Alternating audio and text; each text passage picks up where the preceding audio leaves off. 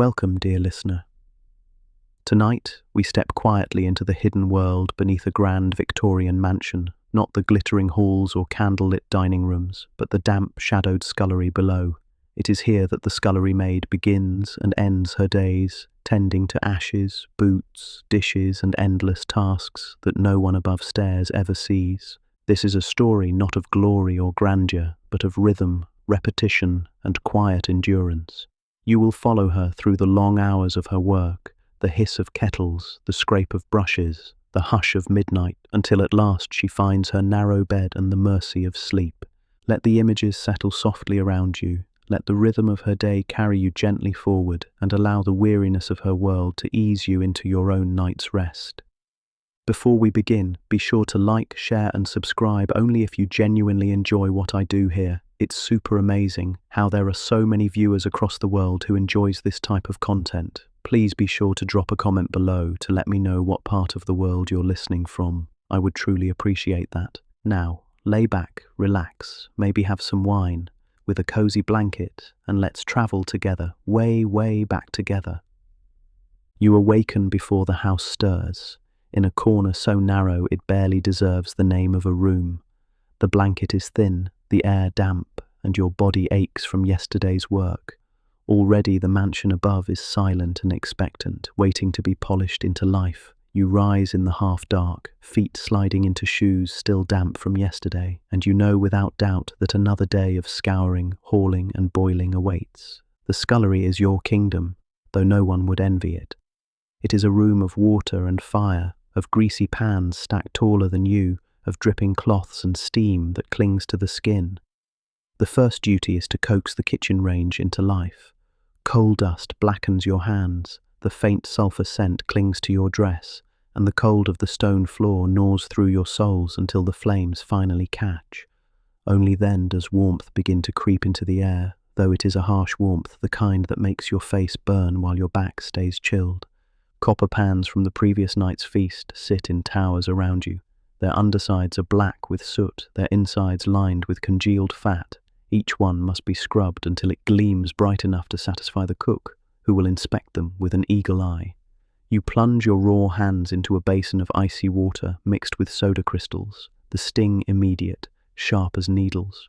Your knuckles, already red and cracked, scream in protest. The scouring pad rasps against the copper like sandpaper against bone. Hours pass in the same rhythm. Scrub, rinse, dry, stack.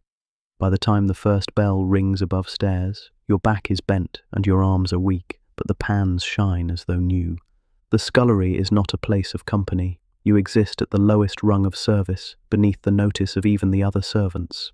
When the housemaids sweep through with their buckets and brushes, they give you a nod at best, a passing glance that reminds you of your place. The cook issues her orders briskly, hardly pausing to meet your eye, and the butler does not speak to you at all. Your companions are the dripping taps, the hiss of kettles, and the endless creak of your own muscles. Mid-morning brings laundry, another trial of water and fire. You drag linen tablecloths and napkins, heavy with last night's stains, into the wash copper. Soap flakes foam into a white froth, the boiling water spits against your arms, and the scent of lye clings to your skin. You beat the cloths against a wooden board, each strike echoing like a drumbeat through the steamy room. The fabric grows heavier as it soaks, dragging you forward, water splashing across your skirts until they are sodden and cling to your legs. Once clean, the linens must be wrung out, twisted with all your weight until your wrists feel as though they may snap. In the afternoon, the scullery becomes a battlefield of plates and cutlery. The household dines in endless courses, and with each course comes a wave of crockery. China teacups, silver forks, crystal glasses, each one delicate, each one capable of ruin if your tired hands slip. You polish until the shine hurts your eyes, until your fingers are blackened by tarnish that no amount of scrubbing seems to lift from your skin. The smell of roast meat, of gravy, of spilled claret hangs heavy in the air, mingling with the ever-present tang of soap and ash. Evening draws no mercy. The cook's work ends, the family retires, but you are left to clear the battlefield. Pans once again rise in greasy towers, plates come down in stacks that tremble as you lift them, and the kitchen sinks fill to the brim with scraps and bones. The scullery grows hotter with each passing hour. the lantern light glowing weakly against the film of steam on the walls. You work steadily, silently, until the last dish is set aside, the last floor scrubbed, the last cloth hung to dry. By the time you creep back to your narrow bed, the house above lies in hushed slumber. You slip between thin sheets with your body buzzing from exhaustion, your skin raw from soap, your hair damp from steam. Your reward is a few brief hours of dreamless rest before the mansion summons you again. In the world of servants, the scullery maid is the lowest of the low, but without your endless scrubbing, nothing in the grand house could gleam. And so tomorrow, as every day, you will rise again in the half-dark to polish a world that does not see you. You rise before dawn, when the mansion is still wrapped in velvet silence, save for the occasional creak of beams settling in the night air. Your bed is nothing more than a narrow wooden frame, wedged under a sloping roof in a forgotten corner of the servants' quarters. The blanket is thin, its stuffing long since clumped into lumps, and the cold clings to your bones even as you stumble to your feet. Your shoes are stiff with yesterday's dampness, still holding the memory of spilled dishwater, but there is no time to hesitate. The mansion waits, and it will not forgive lateness from a scullery maid. The air is sharp with the smell of stone and coal as you descend the stairs, carrying only a flickering candle that trembles with every draught. The scullery itself greets you with an unwelcoming damp, its walls sweating with moisture, the flagstones perpetually slick no matter how often they are scrubbed. It is a room apart, set below the kitchen proper, where smoke, grease and water seem to linger endlessly. Before you even touch a dish or kettle, you must coax life back into the great kitchen range. Your fingers fumble through coal dust, the soot marking you before the day has even begun, and you strike a flame into kindling that hisses like a snake. The first coughs of fire light the iron belly of the stove, filling the air with the acrid tang of smoke that catches in your throat. Only then does a semblance of warmth begin to fight against the creeping chill. Copper pans tower in the corners, their sides blackened from endless nights of cooking. Each is heavy, unforgiving, and demands to be scoured until it glints like a new penny. You plunge your hands into a basin of icy water laced with soda, the sting so sharp it draws tears to your eyes. Soap and lye bite into your raw skin, opening cracks along your knuckles that never truly heal. The scouring pad rasps against the copper with a rhythm that becomes both torment and trance. Scrub until the soot lifts, rinse until the water runs clear, dry until no smear mars the surface. The routine repeats until your arms are heavy, your back bowed, and yet the stack seems never to shrink. Hours slip by unnoticed, measured only by the growing pile of pans you have tamed. When the other servants begin to stir, the contrast is sharp. The kitchen maids bustle in with chatter and quick footsteps, the butler passes through with a measured gait, and the cook sweeps in like a storm. Yet you remain half invisible, part of the furniture more than part of the staff. Orders are issued in clipped tones, rarely accompanied by a name. You are spoken to, not spoken with. Even when other maids pause to gossip or laugh in passing, their words do not linger in the scullery. This room is not a place for camaraderie, it is a room for work, and for the girl who carries the burden of its endless water and ash. By mid-morning, laundry joins the assault. The wash copper gurgles like a boiling cauldron, and you heave in table linen stained with last night's indulgence. Red wine has bloomed across napkins like dark flowers, gravy clings stubbornly to damask, and candle wax stiffens the folds of tablecloths. Soap flakes hiss as they touch the water, sending up clouds of steam that sting your eyes and cling to your hair. You stir the heavy cloth with a paddle taller than you, each push through the water pulling at your shoulders until they feel as though they might tear. When the linens are hauled out, they slap against your arms with the weight of water, dragging you forward as though intent on pulling you into the copper itself. Wrung out on a wooden board, the cloths twist and resist, your wrists straining against their sodden weight. Your skirts grow heavy as they drink in splashes, sticking to your legs like a second skin. The hours slip toward afternoon, but your tasks do not relent. Dirty crockery piles high as the family upstairs consumes meal after meal in stately silence. Each course sends down another avalanche of plates, cups and cutlery, all balanced precariously by footmen who vanish before you can draw breath. The china is thin and delicate, threatening to shatter if you press too hard. while the silver demands endless polishing until your fingerprints have vanished into the shine. Tarnish leaves black streaks across your hands, lodging under your nails no matter how fiercely you scrub. The scullery fills with the mingling scents of roasts and sauces, their richness spoiled by the overlay of ash, grease, and soap. Time is no longer marked by bells but by the ebb and flow of dirty dishes, each stack another mountain to climb.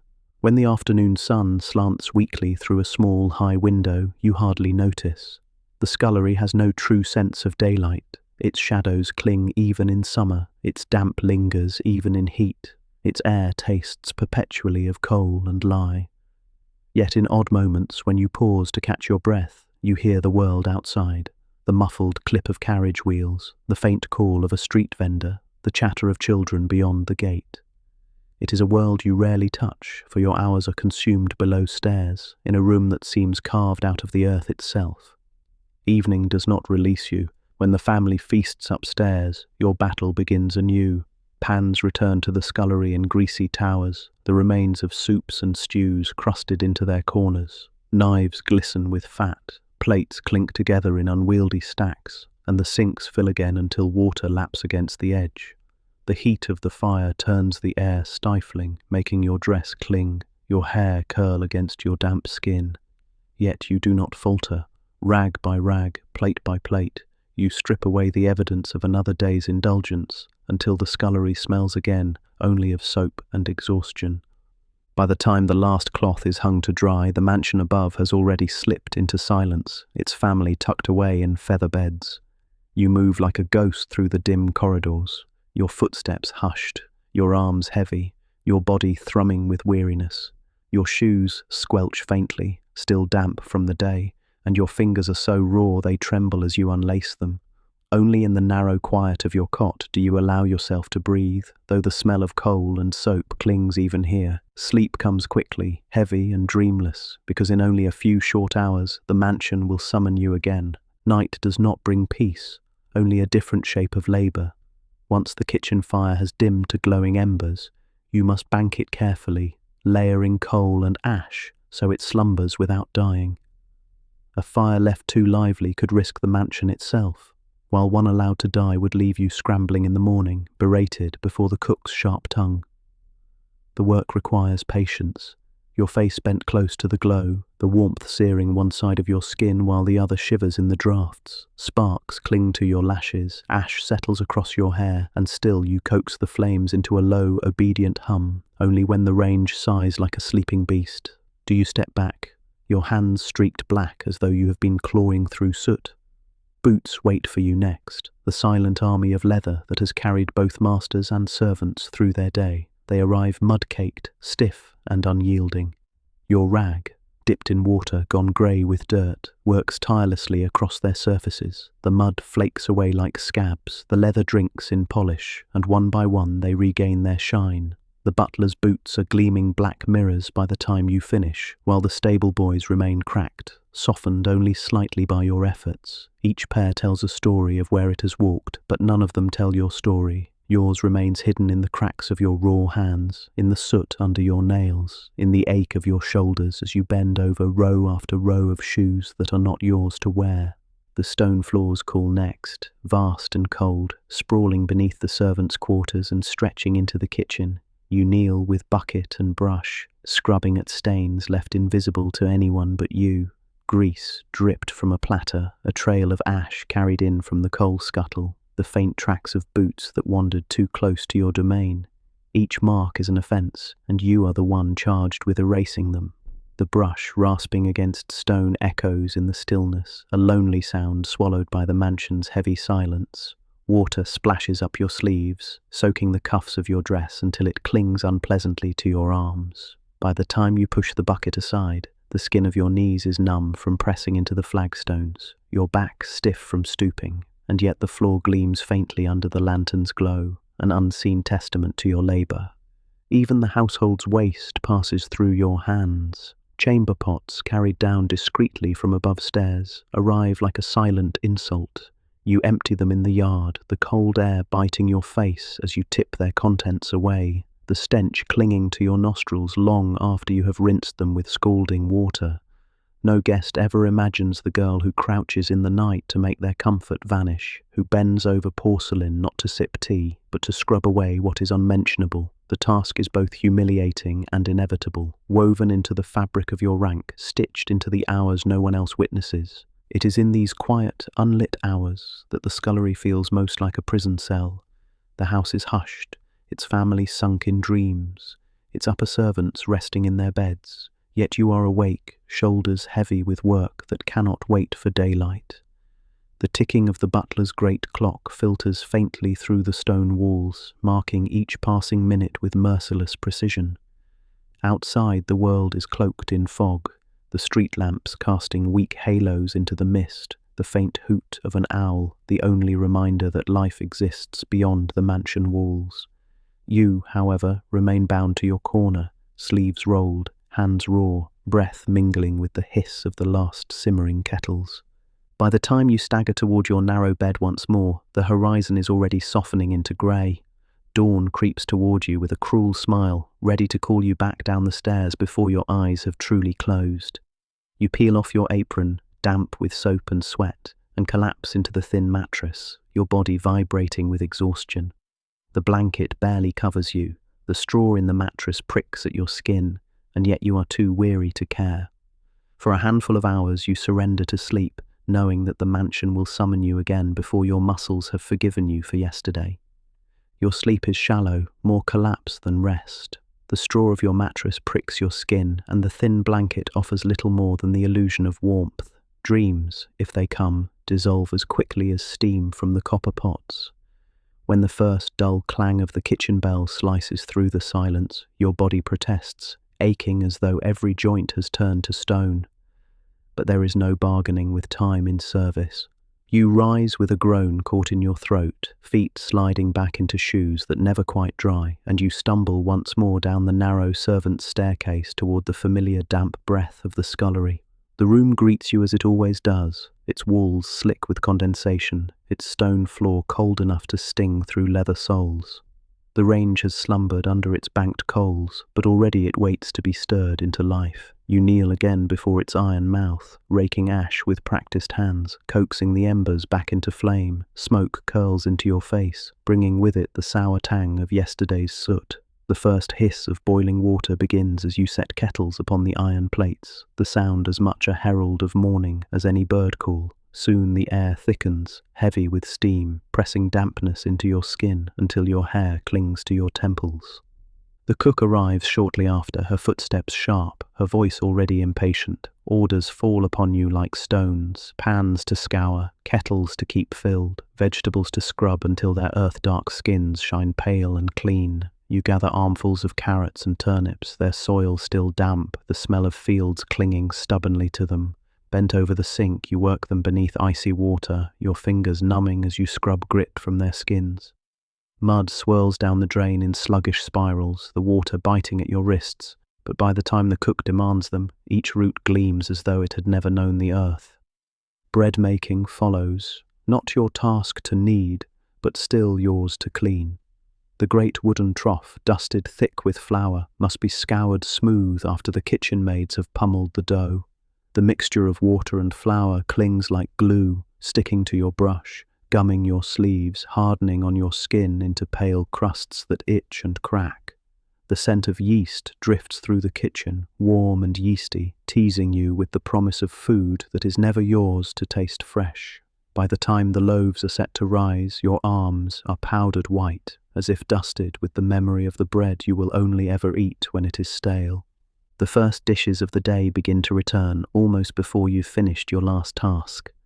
Trays of tea, things descend from the family's rooms. Delicate porcelain cups rimmed with faint brown rings, teaspoons sticky with sugar, plates littered with crumbs of toast and preserves. The scent of marmalade lingers as you rinse the plates, the sweetness a faint torment, for you will break your own fast on whatever crusts or scraps are left behind. You scrub quickly, for more will follow, cups from the nursery, bowls from the sick room, trays laden with barely touched dishes. Each one must vanish into clean porcelain again, spotless, gleaming, as though no lips had ever touched them. As the morning grows, so too does the noise above stairs. Doors slam faintly, bells ring with insistent chimes, footsteps patter and echo in a rhythm that reminds you how many lives are being carried out above, untouched by the damp grind of the scullery. Each bell has its answerer, the housemaids to fires, the footman to errands, the governess to her lessons, but no bell ever calls for you. Your service is silent, invisible, hidden in the steam and soot that no guest will ever see. The kitchen fills with the sound of knives chopping, spoons stirring, the cook's voice barking commands, and through it all your brush rasps, your kettle hisses, your bucket sloshes. Outside the day has begun in earnest. Sunlight pushes through the high scullery window, a pale rectangle of gold cut by the shadow of iron bars. You glimpse the world in flashes, a gardener passing with his wheelbarrow, a groom leading a horse toward the stables, the sky turning from grey to blue. It is a world that reminds you of what lies beyond the mansion walls, though you touch it only through these narrow glimpses. The scent of damp earth drifts in when the window is cracked, mingling with coal smoke and lye until you cannot quite tell which smell belongs to the outside and which belongs to you. And so the day folds over itself again, pans to scour, kettles to tend, dishes to polish. The rhythm of labour swallows time, each task bleeding into the next until morning becomes afternoon without your noticing. The mansion thrives above because your hands never rest below. By midday, the scullery is a storm of noise and heat. Pots clatter against one another as the cook prepares luncheon upstairs, each course sending a fresh cascade of utensils and crockery down to you. The scullery fills with clinks, splashes, and the unending hiss of boiling kettles. A footman sweeps through with trays stacked precariously high, barely pausing before retreating back up the narrow stair. The air is thick now, heavy with the mingled scents of roasting beef, onions softened in butter, and the acrid tang of coal smoke. It settles into your skin until you no longer know where the smell ends and you begin. Your apron, once white, is marked with water stains and soot, clinging damp against your chest as you bend again to the endless basin of soapy water. The cutlery alone could consume your hours. Each fork and knife must gleam as though untouched, and the silver is merciless in its demands. Tarnish leaves black streaks across your hands, settling deep into the cracks of your skin where lye has already bitten. You polish until your fingers ache, the cloth slipping against the smooth surfaces, your reflection warped in every spoon's curve. There is no satisfaction in the task, for as soon as one set is restored, another arrives in its place. The cycle mocks you, clean, polish, stack, repeat, and never an end in sight. When the family's meal concludes, the true avalanche begins. Platters smeared with gravy, tureens clotted with the remnants of soup, plates sticky with sauces are carried in and abandoned in the scullery. You scrape bones into a pail, your stomach knotting at the smell of meat you will not taste. Scraps of bread, discarded crusts, a wedge of pie with only one bite missing, all of it vanishes into the waste, even as hunger gnaws at you. Sometimes, when no one is watching, you snatch a crust softened by soup, shoving it quickly into your mouth before returning to your scrubbing. The taste is always stale, tinged with ash and guilt, but it is a taste nonetheless. The afternoon is no gentler. Laundry returns with new demands. Tablecloths soiled by spills, napkins stained with wine the colour of dried blood. The wash copper roars back into life, filled with water so hot it steams against your face, dampening your hair until it clings to your scalp. Soap flakes foam around your arms as you plunge the linens in, stirring them with the wooden paddle until your shoulders burn. Each cloth is wrung out on the board, twisted until the fibres squeak in protest, water splattering across the floor to seep into your already sodden shoes. By the time you hang them, rows of ghostly white fabric sway above you like pale figures in a silent crowd, watching your every move. As the sun dips lower, slanting golden light through the scullery's high window, the air shifts from oppressive heat to a cloying damp chill. The fire's warmth no longer comforts, it only reminds you how exhausted your limbs feel, yet the work presses on. Dishes from afternoon tea arrive in fragile stacks, China cups so delicate they feel like eggshells in your raw hands, saucers painted with curling vines, silver spoons still crusted with sugar. The faint perfume of tea leaves and lemon mingles with the sharper tang of soap, turning the scullery into a swirl of scents that cling to your hair and skin long after the washing is done. By evening, the rhythm swells once more into a fever pitch. The grand dinner upstairs means an endless torrent of pans, platters, and crystal glasses descending in waves. The clink of crystal is sharper, more menacing than china. One slip, one shatter, and the cost might be docked from your wages. You polish each glass until it rings faintly when tapped, your tired hands trembling as you line them up like soldiers. Grease congeals on silver trays, refusing to yield to your brush, forcing you to scour until your arms ache with the effort. Fat floats in rainbow streaks across the dishwater, leaving a film on your fingers no matter how fiercely you scrub. The scullery grows hotter as the night wears on, lantern light glinting against damp stone, the air thick with smoke and steam. Your dress is soaked through, clinging with every movement, your hair plastered to your temples. Still you continue, scrub, rinse, dry, stack, the cycle echoing in your bones. The cook finally retreats, the butler vanishes into the hush of the upper floors, yet you remain, tethered to the endless piles that shrink too slowly. Outside, the world has darkened into silence, a fog settling over the streets, the faint glow of lamps seeping through the small barred window. You glance at it now and then, not in hope, but in acknowledgement, that beyond this room, another world still turns, one you may never touch. And when the final dish is set aside, the final cloth wrung out, you know it is not an ending. The scullery waits for you still, already gathering the grime of the day to come. When the last plate has been dried and stacked, the silence of the kitchen does not mean the end, it only shifts the weight of your burden. Ashes must be cleared from the range before morning, scraped out in great dusty heaps that coat your hands and arms until they look powdered grey. The fine dust creeps into your nose, scratching your throat, lodging in the cracks of your knuckles where lie has already carved lines of pain. You cough quietly into your sleeve, but there is no one to hear and no one to care. The ash must be carried outside to the pit, a heavy pail in each hand, the night air slapping your face as you stumble into the yard. Fog presses against the garden walls, the lamps glow faintly through mist, and for a fleeting moment you are outside, inhaling something fresher than coal smoke. But even this is not freedom. You tip the ashes into the pit, dust pluming up to cling in your hair, and turn back toward the scullery before the cold can seep into your bones. Back inside, the boots await again, lined up like mute soldiers by the kitchen door.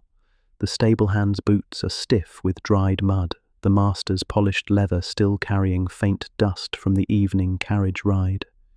You kneel on the stone floor with brush and rag, coaxing each one back to life.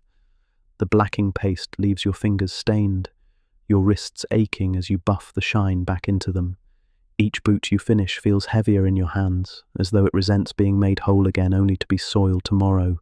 Still, you polish until your own reflection swims faintly in the leather, blurred and distorted, as though to remind you of your place. Floors demand attention too.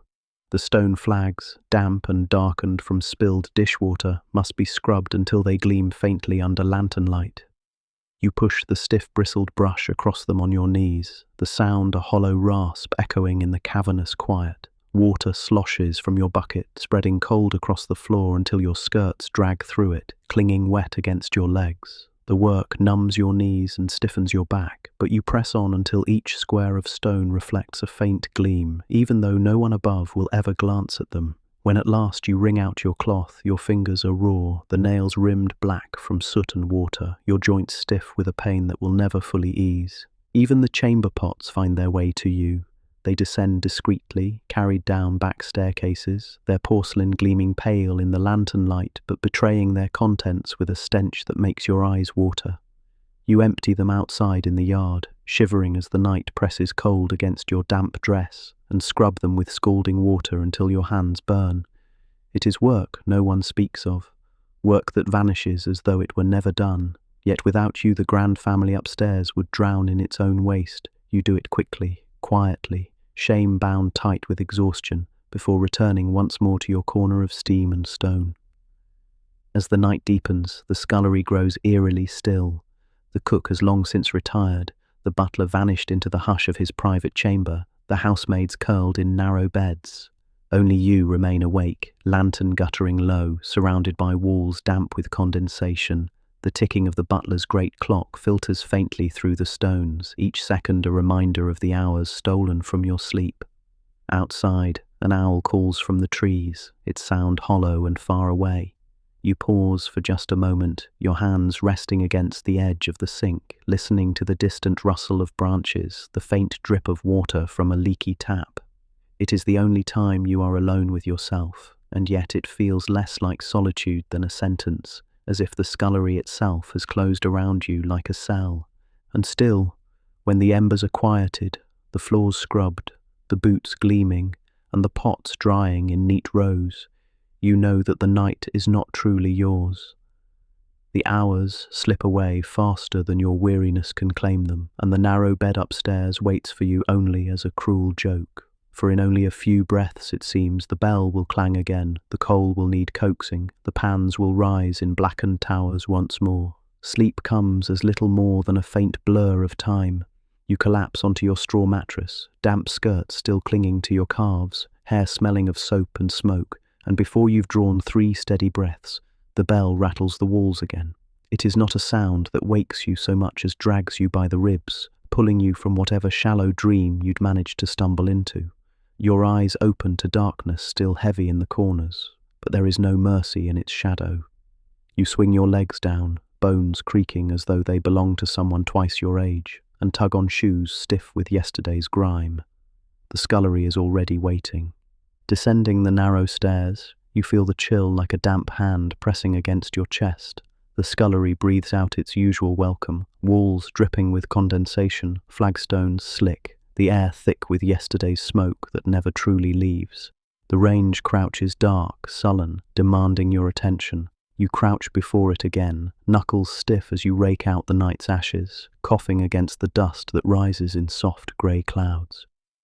Kindling cracks under your fingers, the coal shudders into the grate, and with patient coaxing, the embers flare back to life. The warmth is harsh and immediate, striking your face even as your back shivers in the draught that snakes along the floor. It is always the same, and yet always new in its sting. The first kettles go on, their weight familiar against your arms, filled from the pump that creaks and spits before surrendering its water. The pump handle is rough, its rhythm jerking through your shoulders, leaving your wrists aching before you've even set the pot down. As the water begins its low hiss toward boiling, you gather the first dishes of the day, cups and saucers from early tea in the family's chambers. Lip marks circle porcelain rims, sugar sticks the spoons together, crumbs cling to saucers. They arrive carried briskly by footmen who barely pause, already on their way back upstairs, their boots echoing on the stone before fading into silence. You plunge the delicate cups into water that scalds, careful not to crack the fine china, the steam rising into your face until your hair clings damply against your temples. Vegetables soon follow, muddy and earth-clotted, carried in from the garden before the dew has dried. You scrub them in a wide basin, the water turning brown as the soil lifts away. Carrots and turnips squeak under your brush. Potatoes slip from your grasp, splashing your apron until it hangs heavy with damp. The smell of fresh earth is sharp and strange in this underground room, a reminder of fields and sky you rarely see. You press on, rinsing each root until it gleams pale, stacked neatly in baskets for the cook's approval.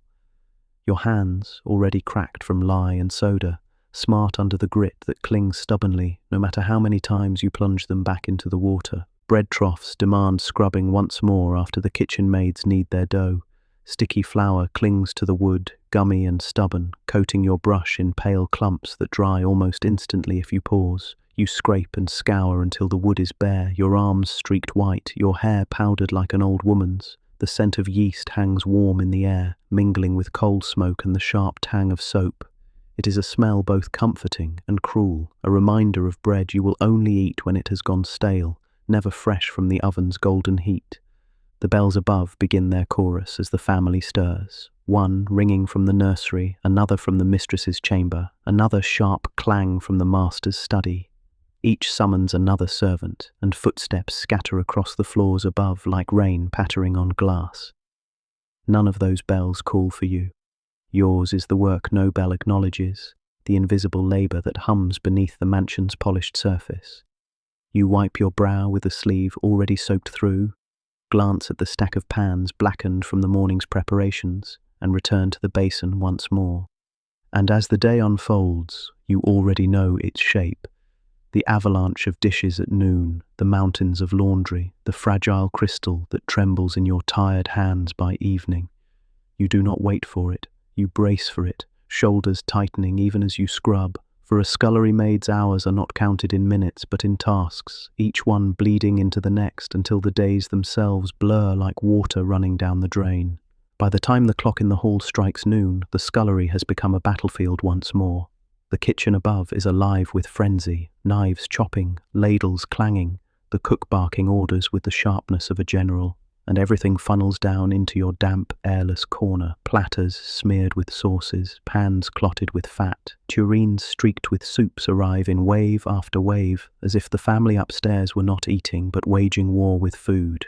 The sink overflows with greasy water, scraps floating on its surface, the smell of meat mingling with the metallic tang of dishwater until it presses against your skull. You work without pause, scouring, rinsing, drying, stacking, each motion wearing grooves into your bones as surely as water carves stone. The silver cutlery demands its share of your strength. Forks are crusted with remnants of beef, spoons sticky with jam, knives bearing the stubborn stains of gravy baked hard by the heat of serving. Each piece must gleam, not simply clean, but polished until it shines sharp enough to blind. You grip the cloth tighter than you mean to, wrists twisting again and again as you buff away every blemish. The tarnish leaves black stains that burrow deep under your nails no matter how often you scrub your own hands. When you catch your reflection in the curve of a spoon, it stares back at you in fragments, a face blurred, weary, almost unrecognizable beneath the film of steam that fills the air. Trays of discarded food arrive almost casually, delivered by footmen who vanish before you can even glance up. A joint of beef hacked nearly in half, its remains still steaming, a custard untouched, save for a single spoonful taken from its centre, a pyramid of fruit with only its choicest pieces plucked. These are the leftovers of luxury, waste carried down to the lowest corner of the house. Hunger gnaws at you as the pail fills with scraps, the smell thick and tantalizing. Sometimes you allow yourself a crust of bread, hard and damp from broth, slipped quickly into your mouth when no one is watching. It never tastes as you hope, always bitter, always gritty with ash, but it soothes the hollow ache for a moment. Then the guilt arrives, as relentless as the dishes themselves. Laundry waits for no one, not even midday exhaustion. The stained tablecloths and napkins from luncheon are already bundled into your arms, heavy and damp with spills of wine and sauces. You drag them toward the wash copper, where water boils angrily, spitting steam that burns against your face. The soap bites your already raw hands as you plunge the cloths into the scalding froth, stirring them with the heavy wooden paddle. The weight pulls at your shoulders until they scream, your wrists buckling under the resistance of sodden linen. Each cloth must be beaten, wrung and rinsed again and again until the fabric yields its stains. The smell of wet damask, sharp soap and steam clings to your hair, seeping into your very skin, so that even when you sleep, you carry the scent of laundry with you. The scullery grows hotter with each passing hour, the fire in the range roaring with the weight of kettles, the steam from basins rising thick as fog. Your dress clings damp to your back, sweat trickles down your spine, your shoes squelch with every step across the wet floor, your hair, once neatly pinned, escapes in damp strands that stick to your cheeks. The lanterns hiss faintly as their oil burns low, the air vibrating with the constant drip of water, the scrape of brushes, the crash of plates set too hard upon the stack. It is a noise that fills your ears, until silence itself feels like a memory. The butler passes through at one point, his polished shoes clicking sharply against the stones. He doesn't speak to you, doesn't even glance, but his shadow fills the scullery for a moment as he lifts a polished tray from the sideboard. You straighten instinctively, though your hands remain plunged in greasy water, your body folded in half over the basin. When he leaves, the silence grows heavier still, as though even shadows remind you of your invisibility. And yet the work does not slow. The family upstairs dines in leisure, speaking softly between courses, while each of those courses rains down upon you like a punishment. By the time the dessert arrives, puddings heavy with sugar, fruits cut into delicate slices, creams sliding across porcelain, your arms are trembling with fatigue. The sweetness in the air is almost unbearable, cloying in its richness, as though mocking your empty stomach. You scrub with mechanical precision, the cloth slipping across plates until your fingers ache, and still the stack grows taller. By the time the dinner bell rings upstairs, the scullery is already bracing for battle.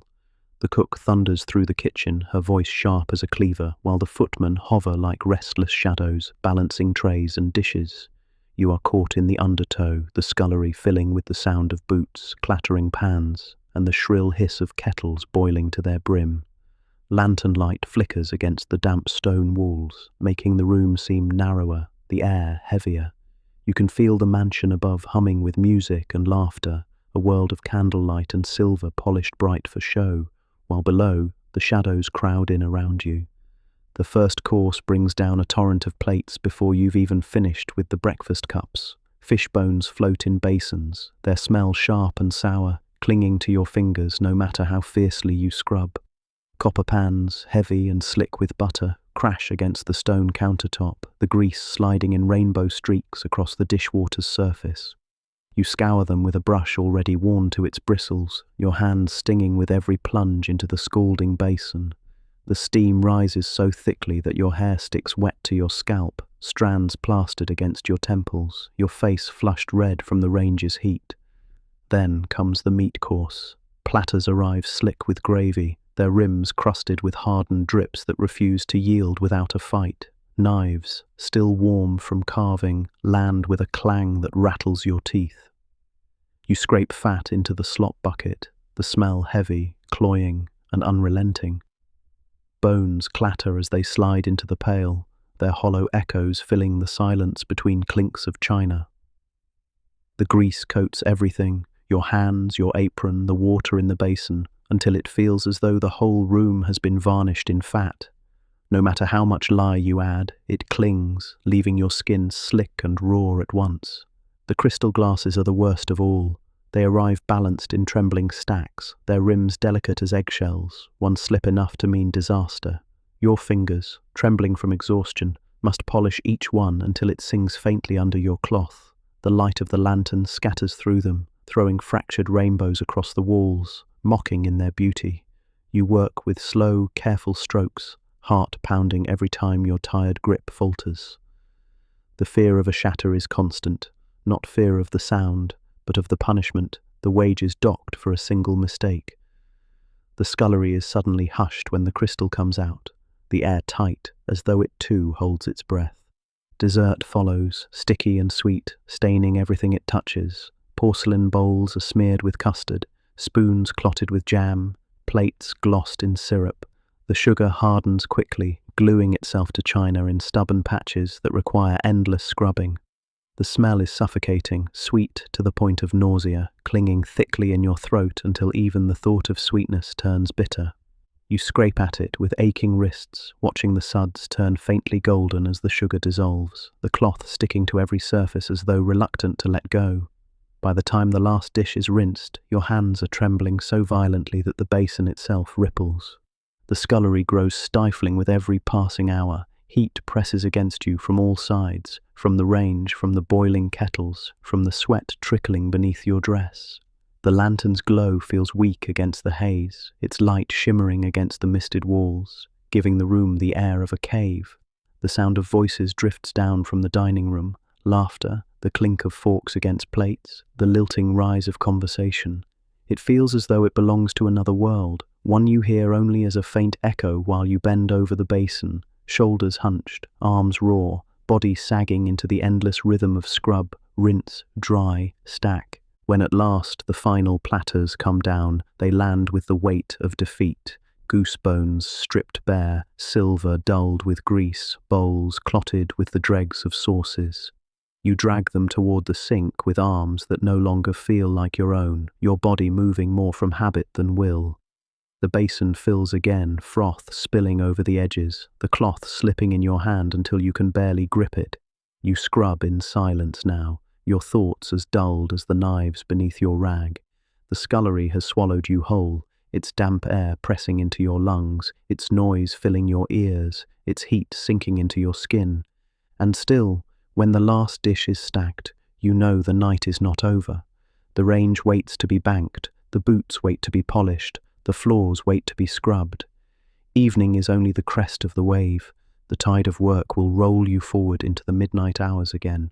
When the dining room above finally falls silent and the footmen retreat with the last trays, your own battle is far from over. The scullery is still alive with echoes, the drip of water from basins, the faint hiss of kettles, the occasional groan of cooling iron from the range. You gather your ragged strength for the work that comes when the house sleeps. First, the range must be tended. You kneel once more before its open maw, scooping out the day's ashes into iron pails, your fingers stained grey as the dust clings to every crack of skin. The embers still glow, spitting sparks as you coax them into submission, banking the fire with layers of coal and ash until it slumbers beneath its heavy lid. The air grows acrid with smoke, stinging your eyes, and the taste of soot coats your tongue. Only when the range sighs into quiet heat do you rise again, your body groaning like an old hinge. Boots line the kitchen wall, waiting their turn beneath your brush. You crouch on sore knees, dragging stiff leather into your lap, and work the polish into every creased surface. The blacking stains your fingers, slipping beneath your nails until they are rimmed in darkness. You rub until the leather reflects a wavering gleam, each stroke blurring your reflection into something hollow-eyed and hunched. The master's boots shine like mirrors. The maid's clogs soften under your cloth. The stable boys remain scarred with mud. Each pair tells a story of someone else's steps, while your own shoes sag, wet and cracked, forgotten beneath the table. The floors demand their share as well. You drag the bucket across the stone, the water sloshing cold against your skirts. On your knees, you press the stiff, bristled brush into the flagstones, scrubbing until your shoulders throb and your arms shake. Grease smears left invisible to anyone but you are coaxed away, each one leaving your joints stiffer, your fingers redder, your dress heavier with damp. The sound of brush against stone rasps through the silence, echoing off walls that sweat with condensation. By the time you wring out your cloth, your hands tremble too fiercely to squeeze it dry. Then come the chamber pots, carried down discreetly under lantern glow, their pale porcelain gleams almost mockingly, betraying their contents with a stench that seeps into the room before you even lift the lids.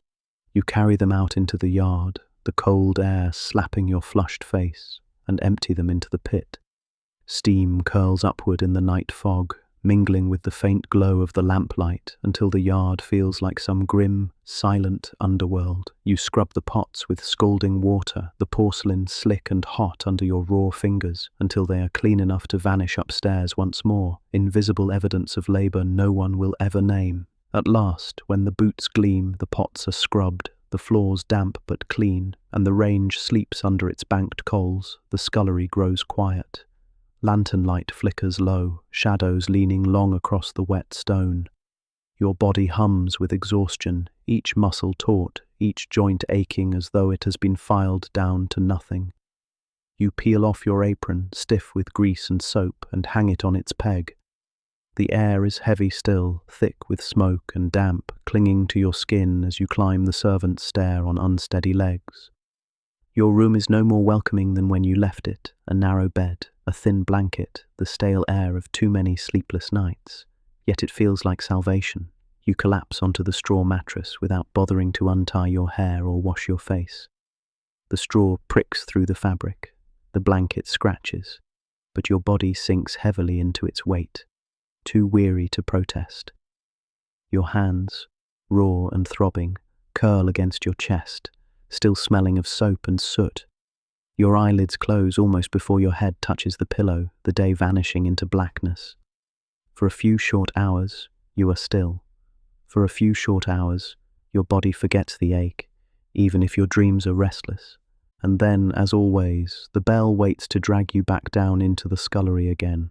The bell rattles through the servants' quarters long before the sky has thought of turning pale. Its clang cuts through your dreams like a blade, jerking you from sleep before your limbs have even begun to recover. Your eyes open to darkness thick and heavy, the air cold enough that your breath curls faintly in the dimness. You push back the scratchy blanket, every muscle resisting, your body sore as though beaten. The straw mattress creaks under your weight, releasing the faint musty scent of damp. Still, there is no time to linger. The mansion calls, and you answer. Your shoes are stiff from yesterday's soakings, leather cracked, their soles cold as stone. You slip into them and descend the narrow stair, one hand trailing along the wall for balance. The scullery greets you with its familiar damp, the flagstones clammy underfoot, the walls beaded with condensation. The range crouches dark, waiting to be coaxed awake again. You kneel in front of its iron mouth, prying out the fine layer of ash that has settled overnight, the dust rising to cling to your lashes. Coal rattles as you shovel it into place, kindling crackles and soon flames lick upward, spitting sparks that bite your hands. The first warmth of the day scorches your face even as your back remains pressed by the chill that creeps along the floor. The pump handle squeals in protest as you haul water into kettles, its rhythm jerking painfully through your tired shoulders. The first hiss of steam fills the scullery like a sigh, rising into your hair until it clings wet against your neck. Cups and saucers from early tea arrive in a clatter, porcelain thin and cold against your fingers. The traces of lips, the faint sweetness of sugar, the crumbs clinging to saucers are the only proof that the family has stirred above. You plunge them into scalding water, the china ringing faintly as it collides in the basin, your fingers trembling as you work to keep them safe. Soon baskets of vegetables arrive, their skins still clotted with earth, roots damp with the smell of fields you never walk. You scrub them one by one, the water turning brown as the soil flees, your fingers numbing with the cold. The carrots squeak under your brush, the potatoes slip and splash, your apron grows heavy with damp. Above, bells chime in their sharp chorus, summoning servants to chambers, to fires, to tasks more visible than yours. None call for the scullery maid. You keep your head bent, your hands red and raw, your body swallowed in steam and stone. Bread troughs wait after the kitchen maids have kneaded their dough. Flour clings to the wood like paste, gumming your brush as you scour. Your arms powder white, your hair dusted pale, your breath sharp with the tang of yeast. The scent is warm, almost comforting, but it is not for you. By the time the loaves rise in neat rows above the ovens, you are left with nothing but sticky water and aching wrists. And already, before you've finished, trays return with the first wave of dishes. Bowls smeared with porridge, spoons sticky with honey, cups ringed with the faint stain of tea. They arrive without pause, without mercy, clattering into your basin before the last has been dried. The work does not ebb, it swells. The scullery hums with it, alive with the hiss of kettles, the rasp of brushes, the endless drip of water onto stone. Time begins to blur again, minutes bleeding into hours, hours folding into the rhythm of labour that binds you as surely as chains. Above, the household day stretches elegant and unhurried. Below, you bend once more into the basin, sleeves heavy, hands trembling, the endless tide of grease, lye, and steam swallowing you whole. By the time the hall clock tolls noon, your arms already feel as though they've been wrung like damp linen. The scullery has transformed into its usual battlefield, though each day it seems to find new ways to overwhelm. Platters arrive first, smeared with rich sauces that congeal into hardened ridges around their rims. The gravy has cooled to a thick, gluey mass that clings stubbornly to silver spoons and ladles, forcing you to scrape with aching wrists until the shine returns. The air is thick with a sour-sweet mix of meat fat and coal smoke, a stench that burrows into your hair and skin until you feel as though you are breathing the very walls. The basins froth over with dishes stacked higher than your shoulders. You plunge your hands into water turned cloudy with grease, the surface filmed with rainbow streaks that mock you with their shifting colours. The lye bites deeper into the cracks of your skin, turning them red and swollen, raw to the point that each brushstroke feels like sandpaper dragging across open wounds. The scouring cloth slips easily from your grip now, your fingers too stiff to close tightly. You clench harder, forcing them to obey, even as your knuckles scream with each motion. Footmen sweep in and out like restless birds, dropping trays piled high with barely touched food. A haunch of lamb lies gutted but not finished, the bones half stripped, the smell sharp and gamey. Custards come half-eaten, wobbling grotesquely in porcelain dishes.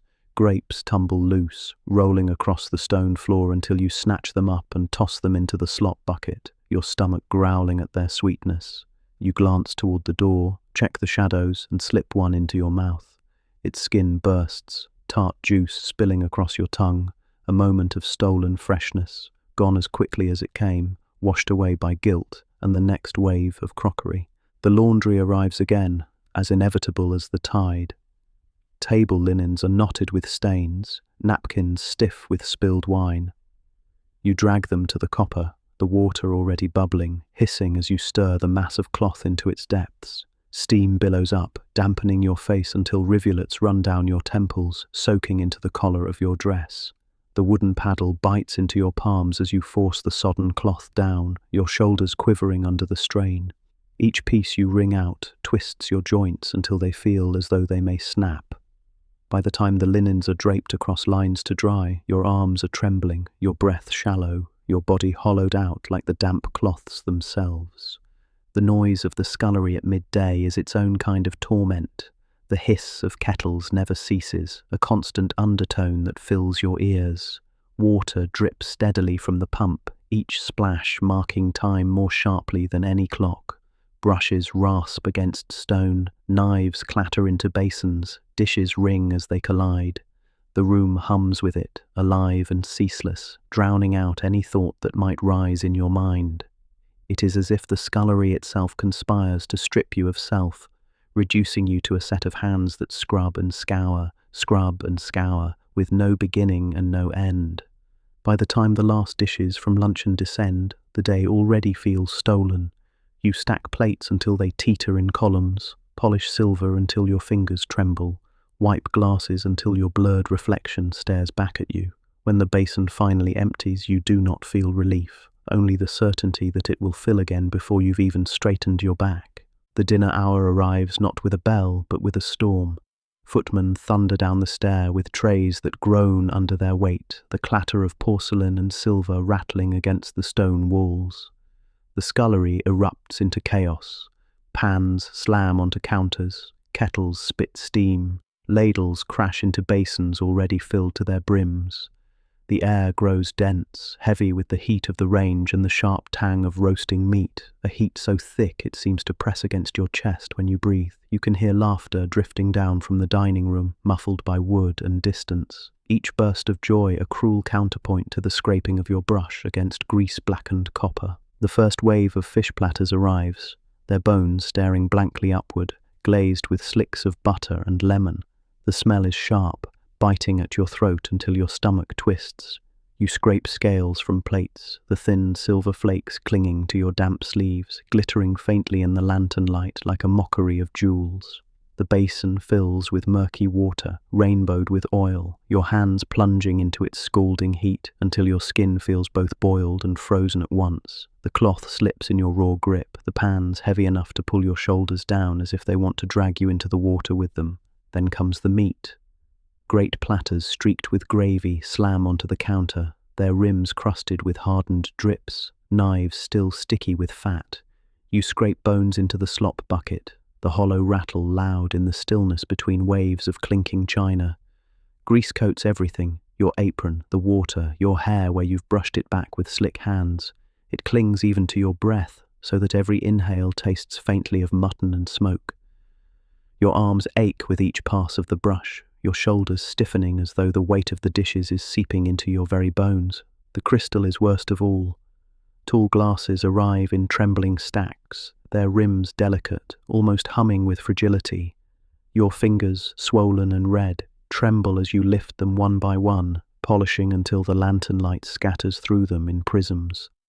For a moment, the scullery walls are broken into rainbow fragments, flashes of beauty thrown across damp stone. But you are too tired to marvel. Each glass feels like a test you cannot afford to fail. One slip, one crack, and your wages will bleed away in an instant. Your breath grows shallow as you handle them, your heart ticking faster with each piece you set aside whole. By dessert, the air itself feels thick with sugar, dishes arrive sticky with custard, plates glazed with syrups, spoons glued into bowls by hardened jam. The sweetness, once tempting, now turns cloying, filling your throat until you want to retch. You scrub at hardened patches, the sugar tugging at your cloth as though fighting to remain. The water grows tacky, your fingers sticking to the porcelain even after you rinse. By the time the last pudding dish is wiped clean, your wrists ache so fiercely you can scarcely hold the rag. The scullery at night becomes a kind of furnace. Heat from the range clings low against the stones. Sweat dampens every inch of your dress until it hangs heavy, your hair plastered dark against your temples. The lantern flickers weakly through the haze of steam, its light fractured by the damp that beads along the walls. Sound becomes a low hum, the drip of water, the hiss of steam, the constant maddening rasp of brush against pan. Above, the dining room resounds with the faint murmur of voices, the clink of cutlery softened by distance. Below, your world shrinks to the circle of basin and brush, rag and dish, grease and soap. When the last of the dinner things arrives, goosebones stripped bare, silver dulled with fat, crystal fogged with fingerprints, you no longer feel surprise, only the weight of inevitability. You scrape, scour, and polish in silence, moving as if your arms belong to someone else. Each task drains you further, and still the stacks loom, mocking in their endlessness. By the time you set the final plate aside, the night has already grown deep, the scullery's air clotted with smoke and steam. And still, beyond the basins, other chores wait, the ashes, the boots, the floors, the chamber pots. Dinner may end for those above stairs, but for you, it only marks the descent into another round of midnight toil. When the last dish is stacked and the last basin drained, silence does not mean release. It only signals the next chapter of toil. The range must be tamed before morning, its iron belly emptied of ash. You crouch again, iron poker in hand, scraping out grey heaps that rise like powdery smoke into the air. The dust clings to your skin, settling in your hair, a faint taste of grit sharp on your tongue. The pails grow heavy as you drag them toward the yard, their weight biting into your palms. Outside, the night air slaps your face, cold and damp, fog coiling low around the walls. The lamps glow weakly through mist, their halos blurred as though the whole world has grown tired. You tip the ashes into the pit, dust rising like a ghost before vanishing into the dark. For a moment, you stand still in the cold, your breath streaming pale, and then you turn back because the scullery waits. The boots line up once more, mute and demanding. The master's glossy leather, the governess's neat shoes, the footman's scuffed pairs, the stable boy's cracked boots. Each one must be polished into respectability. You kneel, shoulders heavy, cloth in one hand, blacking brush in the other. The paste stains your fingers, working into your raw knuckles until they gleam darker than the leather itself. Your arms move in circles, endless circles, coaxing a shine back into surfaces dulled by mud and dust. In each faint reflection, your face stares back, blurred, streaked with soot, your eyes ringed dark with sleeplessness. When at last you set the final pair aside, the boots gleam as though they had never known the mud, and you sag, knowing your own shoes will never receive such care. The stone floors demand their penance. You drag the bucket across the scullery, its slosh echoing hollow in the stillness. On your knees once more, you push the stiff brush across each flagstone, scrubbing at stains invisible to all but you. The bristles rasp like sandpaper, the sound scratching against the silence. Water spreads in uneven patches, seeping into your skirts until they cling damp and cold against your thighs. Your arms tremble with the weight of each stroke, your breath harsh in the echoing chamber. When the bucket finally runs dry, the stones glisten faintly under lantern glow, their cleanliness destined to vanish the moment the next day begins. Then come the chamber pots. They arrive discreetly, porcelain pale under flickering lanterns, their contents announcing themselves before you even lift the lids. You carry them out into the night, one by one, their weight awkward, their stench sharp in the cool air. Steam rises as you empty them, curling ghost-like in the fog. You scrub them with boiling water, the porcelain hot against your fingers, the smell clinging even after the suds have drained away. It is the work no one names, the labour never mentioned, yet without it, the mansion above would drown in its own comforts. You do it quickly, quietly, before slipping back inside, your arms burning, your throat raw. At last, the scullery is quiet. The range hums faintly under its banked coals. The boots gleam in neat rows. The floor smells faintly of soap. The pots stand rinsed and stacked. The lantern, guttering low, throws long, thin shadows against the damp walls. You peel the apron from your body, stiff with grease and ash, and hang it back on its peg. Your legs drag beneath you as you climb the stair, the boards creaking faintly under your steps. Your bed waits, narrow and mean, but tonight it feels like a lifeline. You fall onto the straw mattress, the blanket scratching against your skin, your dress clinging still damp from water and sweat. Your hands throb where the lie has bitten, your shoulders buzz with pain, your eyelids sink heavy as stones. The air is stale, your pillow thin, but exhaustion pulls you down swiftly, deeper than dreams. For a few hours the scullery releases you. For a few hours you belong to nothing but sleep, and then the bell waits to drag you back down again. The bell tears you awake before the sky has shifted from black to grey. Its clang rattles through the beams above your head, a sound that feels less like a summons than a sentence. Your body resists, every limb heavy, your hands stiff and swollen from yesterday's lie, your shoulders aching as though iron weights have been fastened to them in the night. Still, you swing your legs over the side of the narrow bed, straw crackling beneath you, the thin blanket falling in a heap. Your shoes wait where you left them, damp and misshapen, their leather cracked from constant soaking. You force your feet inside and wince at their cold bite. The servant's stair creaks under your weight as you descend, candle trembling in your hand. The scullery greets you as it always does, its air damp and chill, its walls weeping with condensation, its flagstones slick beneath your soles. The range crouches dark and sullen, a beast that must be fed before the house can breathe. You kneel once more, poker in hand, raking out the soft grey ash, coughing as dust rises into your throat. Coal clatters into the grate, kindling crackles, and soon the flames lick upward, painting your face with their orange glow. Heat scorches the front of you while your back shivers in the draught, a reminder that comfort is always half a step away but never whole. The pump shrieks when you haul its handle, the iron jerking through your stiff shoulders. Water splashes into kettles, heavy as you lug them to the range. Their hiss begins almost instantly, steam rising like breath into the air until it clings to your hair and skin. You roll your sleeves higher, though the damp fabric clings no matter what you do, and plunge your hands into the first basin. Dishes from the family's early tea have arrived already, cups faintly ringed with brown, saucers dusted with crumbs, spoons sticky with sugar. The porcelain is delicate, fragile, a danger in your raw hands. You scrub them with care, the china ringing softly in the hot water, the steam blurring the lantern light until the whole room feels underwater. Soon vegetables arrive, muddy and cold, piled high in baskets carried in from the garden before the dew has dried. You scrub them one by one in icy water until your fingers ache as though bones and skin are separating. Carrots squeak under your brush, potatoes slip free, splashing against the sides of the basin. Dirt streaks your apron, water soaks your skirts, and still the pile barely shrinks. Above, bells clang in their chorus, each one a command pulling another servant into motion, but none for you. No bell ever calls the scullery maid. Your summons is constant, silent, written into every greasy plate, every sodden cloth, every clattering pan. Bread troughs await, sticky with flour and dough after the kitchen maids have finished their kneading.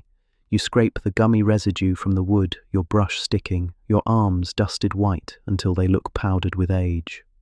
The yeasty scent hangs warm in the scullery, mingling with coal smoke and soap, teasing with the promise of loaves you will never taste fresh. By the time the trough gleams bare, your wrists are stiff and your hands raw, but there is no pause. Trays already arrive, stacked with bowls smeared with porridge, cups ringed with milk, spoons clotted with honey. They clatter into your basin, one after another, drowning whatever sense of time you had left. The scullery hums with noise, the hiss of kettles, the steady drip from the pump, the scrape of your brush against stone. Sound fills every corner, swallowing thought, until your world is nothing but rhythm. Scrub, rinse, dry, stack. The day has only just begun, and already you feel as though it has stolen the marrow from your bones. By the time noon creeps near, your body feels twice its weight, as though every muscle has been replaced with sodden cloth. The scullery is already a storm, dishes clattering down the back stair, the hiss of kettles like serpents in the corner, the air so thick with steam you could almost swim through it. Platters arrive first, smeared with the remnants of stews and gravies that have congealed into ridges of grease. Your brush drags across their hardened surfaces, every stroke a jolt to your wrists, every scrape releasing a smell so heavy it seems to coat your tongue. You wipe sweat from your brow with the back of your hand, but it only smears soot and soap across your skin. The silver cutlery returns in heaps, clinking together as though mocking your swollen fingers. Knives dulled with fat, spoons sticky with sauces, forks crusted with meat fibers, each one demanding not only cleaning but shining. You rub polish into them until your fingers are blackened to the nail beds, the cloth slipping from your raw grip as if it too has grown tired. Your reflection peers back at you in the warped belly of a spoon, pale and drawn, eyes ringed in shadow. You hardly recognize the girl staring back, and perhaps that is fitting, for in the scullery you are not meant to exist as anything but hands.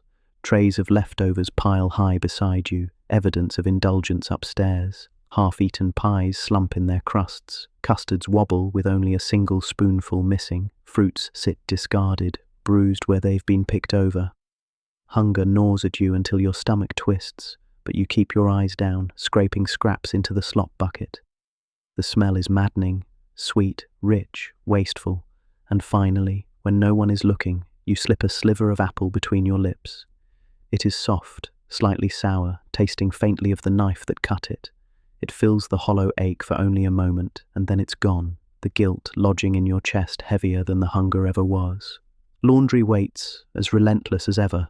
Napkins stiff with spilled wine, tablecloths streaked with grease and sauce. You drag them to the copper, the water already boiling like some cauldron ready to swallow you whole. Steam gushes upward, dampening your face until strands of hair stick wet against your cheeks. You stir the cloths with the paddle, shoulders screaming, wrists trembling with each plunge. The linens resist, sodden and heavy, and when you wring them out, they twist back as if determined to pull your arms from their sockets. Water runs cold down your sleeves, soaking your dress until it clings clammy against your skin. By the time you've strung them up to dry, your arms shake so violently you can hardly lift the last cloth. Noise fills the scullery like a tide. The clink of dishes landing in the basin, the scrape of your brush, the steady hiss of kettles never leaving your ears. Even your own breathing sounds strange in the din, shallow, uneven, lost beneath the chorus of labour. Time is no longer marked by clocks but by the ebb and flow of dirty dishes, the endless cycle of filth and fire. Noon feels no different than morning, except that your bones ache deeper and your hands tremble more fiercely. By the time the last dishes from luncheon descend, stacked high in teetering towers, your knees feel as though they might buckle. You plunge your hands into yet another basin of water, the heat biting, the soap searing the cracks already etched into your skin. You scrub, rinse, dry, stack, the rhythm consuming all thought, and still the pile looms high. Relief never comes, only the certainty that when this stack is gone, another will follow. Evening crashes down like a storm. The scullery, already stifling, erupts into chaos as footmen pour in with trays stacked high, their boots striking sparks from the flagstones. The cook shouts above the clatter, her voice sharp enough to slice through the din, barking orders that ricochet off the stone walls. Pans slam onto counters, slick with grease. Knives clatter into basins already overflowing, and the range roars with renewed fire. The air grows thick, choking with the mingled smells of roasted meat, boiled vegetables, and smoke. It presses against your chest, clinging to your skin, until even your lungs feel damp with it. Above, faint music drifts down, violins and laughter mingling in a world you will never touch, a cruel reminder that upstairs feasts while you drown below. The first course comes in a rush. Fish platters, slick with butter, their sharp smell filling the room until your eyes water. Bones gleam white against silver, scales glint faintly as they cling stubbornly to porcelain. You scrape them away, your rag slipping as hot water scalds your raw skin. Steam rises in great clouds, blurring the lantern light, turning the room into a shimmering cavern. The basins grow cloudy, oil slicks floating rainbow patches across the surface, mocking you with their beauty. Your fingers swell red from the lye, trembling as you grip the scouring brush, and still the piles loom higher. Then the meats descend, heavy and cruel. Platters streaked with congealed gravy slam against the stone counter, silver dull beneath thick crusts of fat. Knives sticky with blood clatter into your basin, each one a shard of work that cuts into your hours. You scrape bones into the slop pail, their hollow rattle echoing like laughter in the silence between clangs. Grease coats your apron, your arms, even the strands of hair that escape your pins until you are varnished in it, the smell seeping into your pores. No matter how many times you plunge your hands into hot water, the slickness clings as though it has claimed you. The crystal glasses are next, delicate, cruel in their fragility. Tall stems, thin rims, balanced in trembling stacks that seem determined to collapse in your weary hands. You polish them with aching care, the cloth slipping against the glass, each breath held in fear of a crack. Lantern light scatters through them, casting fractured rainbows on the damp walls, flashes of brilliance in a world of shadow. Yet you cannot admire it. Your eyes blur with exhaustion, your shoulders quiver under the strain of holding each fragile thing steady. One mistake could cost you wages you do not have to lose. The scullery falls into tense silence during the crystal's passage, every servant moving carefully as though afraid even their breath might shatter the lot. Dessert arrives, its sweetness heavy and sickly in the already choking air. Plates are smeared with custards turned to glue, bowls crusted with syrups hardened like amber, spoons clotted with jam that refuses to yield. You scrub until your wrists scream, the sugar tugging at the cloth as though trying to drag you down into its stickiness. The smell of fruit, once sharp and tempting, now curdles in the heat, clinging to your throat until you gag softly into your sleeve. Even the water in the basin grows tacky, your fingers sticking to the porcelain as though bound to it. The scullery itself feels alive by night, a furnace with no mercy. Heat presses against you from every side, the fire roaring, the lanterns flickering dim against the haze of steam, the walls slick with condensation that drips down like sweat.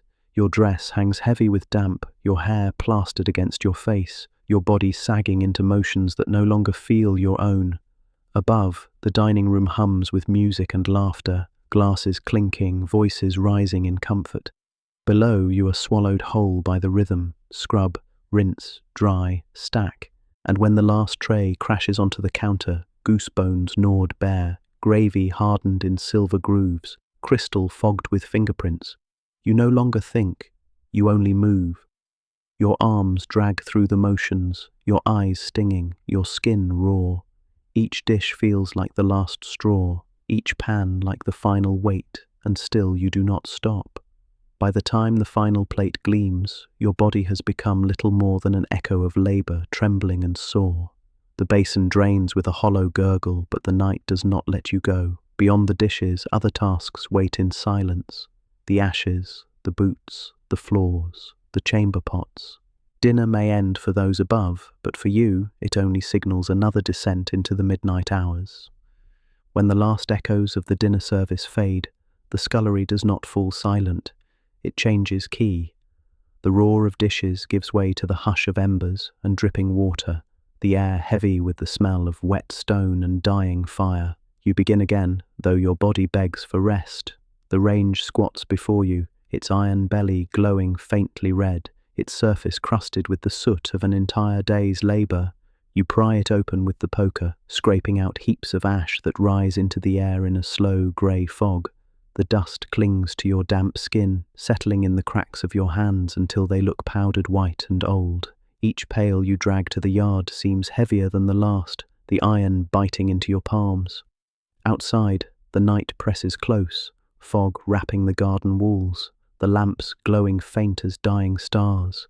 The sound of ashes tipping into the pit is muffled, swallowed by the mist, leaving you alone with only the hollow echo of your own breath. The boots wait, as though they too know your exhaustion. Their leather gleams faintly in the lantern light, caked in the day's mud and dust.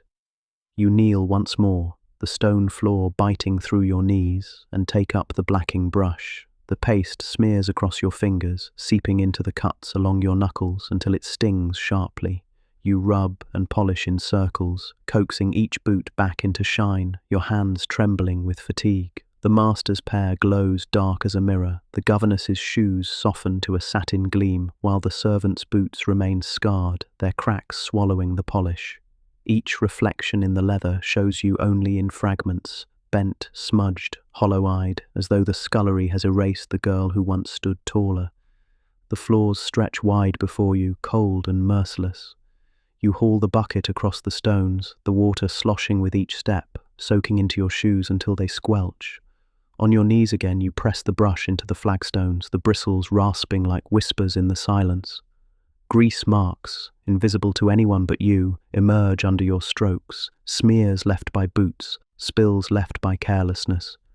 You scrub them away, one by one, your shoulders burning, your arms trembling so violently the lantern's shadow dances across the walls. The air smells of soap and damp stone, a mingling scent that seeps into your lungs until even breathing feels like labour. The chamber pots descend last, pale porcelain gleaming dully, their contents reminding you of the work that no one dares name. You lift them with trembling arms, the weight awkward, the smell sharp enough to water your eyes. Out into the yard you go again, the night colder now, fog thick as wool. You tip the pots, steam curling upward, the air filled with a stench that even the mist cannot smother. Your breath plumes white in the lantern glow as you scrub them with scalding water, the porcelain hot under your raw fingers, the sound of your brush echoing strangely in the empty dark. You wonder sometimes if the neighbours know, if anyone sees the pale figure bent in the yard at midnight, scrubbing away the waste of a family that sleeps untouched. Back inside, the scullery feels eerier for its silence. The lantern flickers weakly, its flame shivering against walls that weep with condensation. Shadows lean long across the stone, bending with each sway of light. The range hums faintly beneath its banked coals, like a beast dozing but never dead. The drip of water from the pump is the only sound, steady and rhythmic, louder in the hush than it ever seems by day. You hang your apron, stiff with soap and grease, on its peg, and for a moment your hands hover uselessly in the air as though they no longer know what to do when not scrubbing or scouring. At last, you climb the narrow stairs, each step a trial. Your body is so heavy it feels as though the house itself is pulling you back down, yet you climb, shoulders bent, eyes half closed. Your room waits, dark and small, the straw mattress sagging, the blanket thin. You collapse onto it, shoes still damp, hair smelling of smoke, hands aching too much to unclench. The pillow is flat, the air stale, but exhaustion drags you down quickly, deeper than dreams. Sleep wraps you tight, dreamless and heavy, a mercy stolen from you almost as soon as it's given. For soon the bell will rattle through the beams again, pulling you back into the scullery's waiting mouth. The bell clatters through the rafters before the first hint of light, a sound that pierces your skull like a nail. You wake with a start, though it feels as if you never truly slept, only drifted in and out of a haze of pain and exhaustion. The straw mattress pricks through your thin shift, the blanket hangs heavy with damp, and your shoes, still damp from yesterday's washwater, wait to gnaw at your feet again. You slide them on with a grimace, your toes curling against the cold leather. Every muscle protests as you push yourself upright, but the mansion waits, and you have no say in the matter. The scullery greets you like a wet breath. The walls are slick, the flagstones clammy beneath your soles, the air thick with yesterday's smoke. The range crouches in the corner, dark and sulking, its iron door cold under your hand. You kneel and rake out the ash, coughing as grey dust bursts upward, settling in your hair and throat. Coal clatters into the grate, kindling snaps, and soon the flames flare back into life, casting a glow that scalds your cheeks while the rest of your body shivers. The fire is alive, but it never warms you fully. It takes more than it gives. Kettles groan as you drag them onto the iron plates, your arms quivering under their weight. The pump shrieks as you wrestle it, the iron handle stiff from the night's chill. Water gushes into your basin, splattering against the stone until your skirt hems drink it greedily. By the time the first hiss of steam fills the room, your dress already clings damp against your calves, cold and heavy. Porcelain cups arrive soon after, faint rings of tea staining their edges, crumbs scattered across saucers. You plunge them into scalding water, your fingers raw and swollen, the china ringing faintly as it collides. The steam rises into your face until you can barely see the lantern's glow, as though the scullery is swallowing you whole. Vegetables tumble into baskets at your feet, their skins dark with soil, their roots trailing damp earth across the floor. You scrub them one by one, the water turning brown, the smell of wet soil sharp and alien in this underground world. Carrots squeak, potatoes slip from your grasp, turnips bob stubbornly in the basin. Your hands sting from the icy water, your apron grows heavier as it soaks, and yet the pile never seems to shrink. Above, bells ring sharp and insistent, summoning other servants to more visible tasks. No bell calls for you. Your summons is silent, constant, written into every greasy pan and sodden cloth.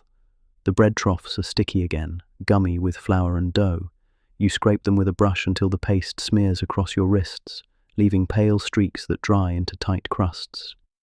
Yeast drifts through the air, warm and teasing, a smell of comfort you will never taste fresh. By the time the trough gleams bare, your arms feel hollow, your breath sharp. Yet already trays arrive, bowls streaked with porridge, spoons sticky with honey, plates smeared with yolk. They clatter into your basin before you have finished with the last, piling high, greedy in their demands. By noon, the scullery is once more a battlefield. Pans slam against the counters, their undersides blackened with soot, their insides slick with fat that resists every stroke of your brush. Platters smeared with gravy arrive in heaps, the smell cloying, pressing into your throat until each breath tastes of meat.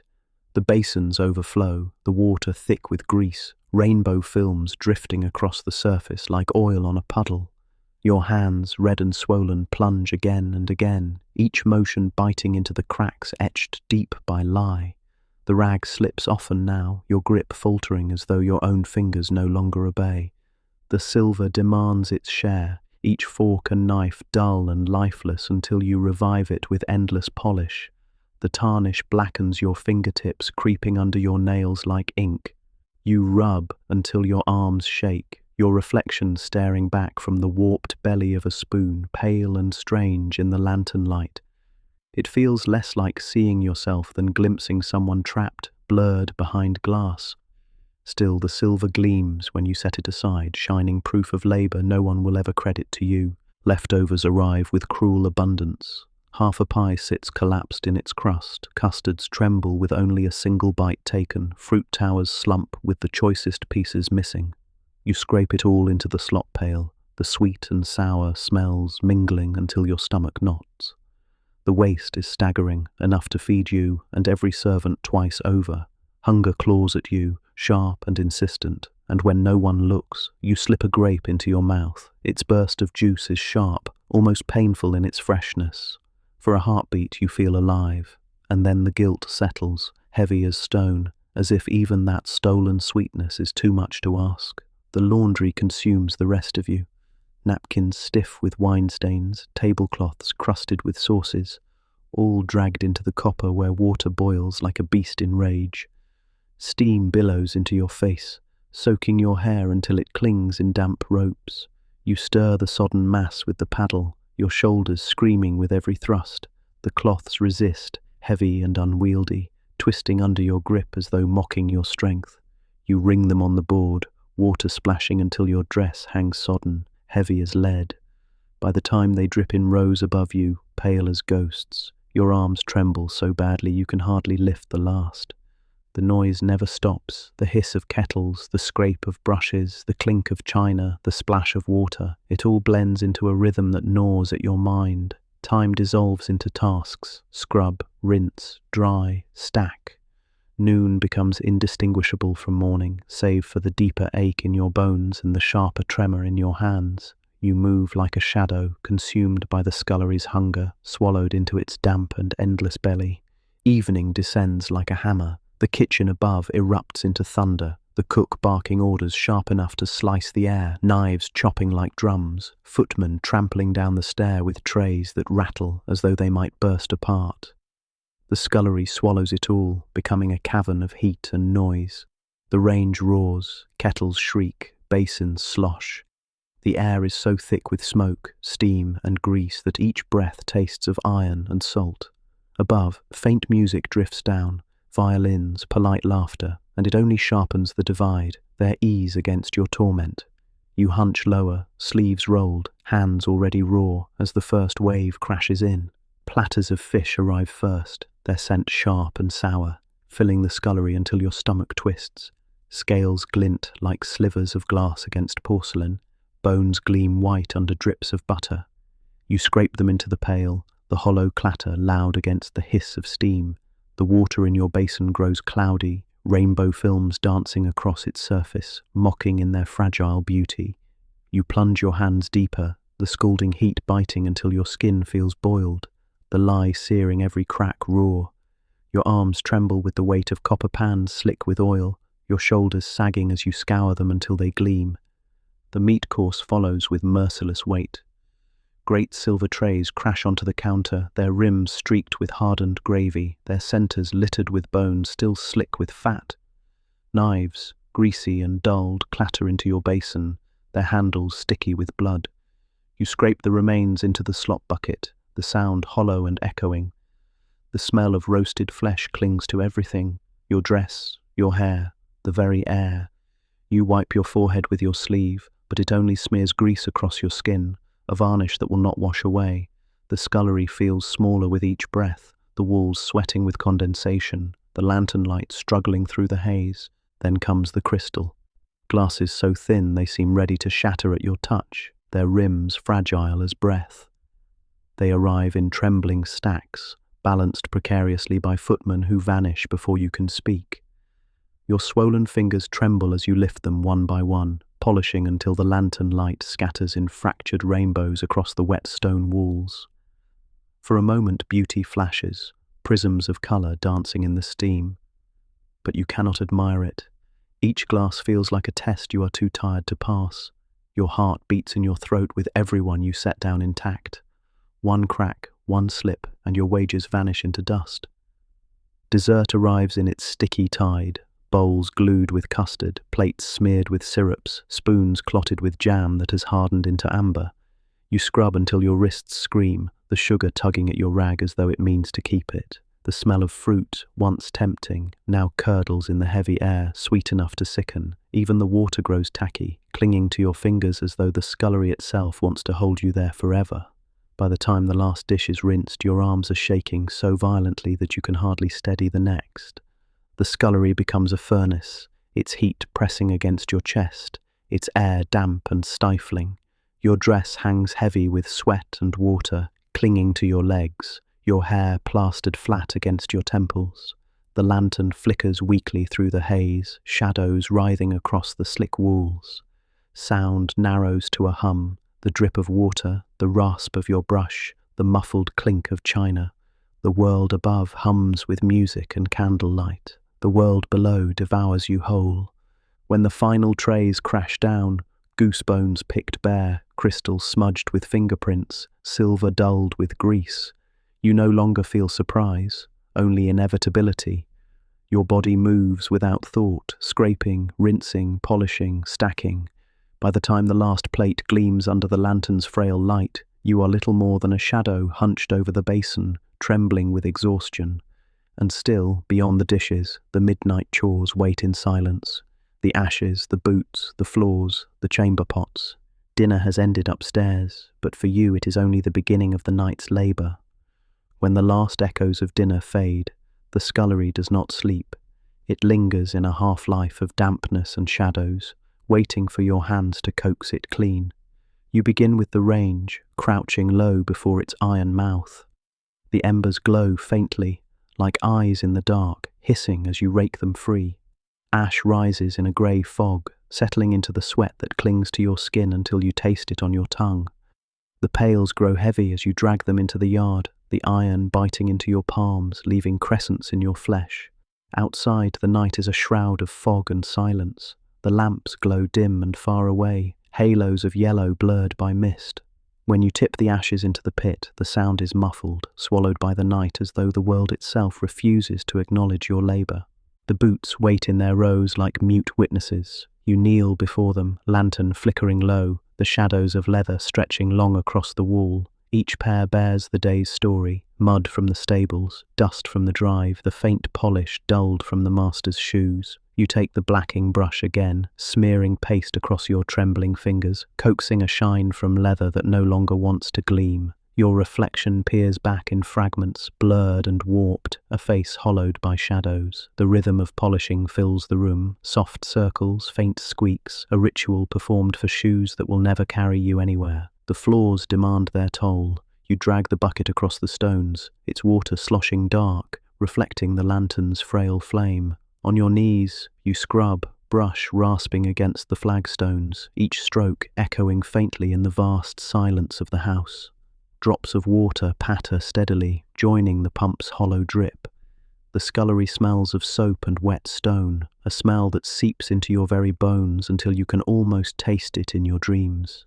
The lantern flickers, shadows bending and stretching across the walls like restless shapes. In the hush, it feels as though the mansion itself is watching, each corridor above heavy with sleeping silence. The chamber pots come last, pale porcelain glimmering under the weak flame. Their stench strikes before you lift them, sharp enough to make your eyes water.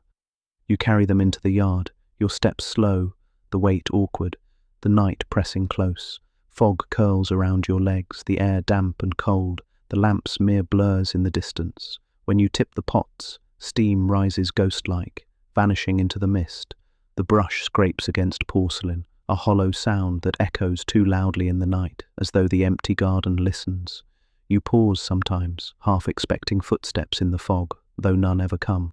You are alone with the waste, alone with the mist, alone with the endless cycle of things discarded.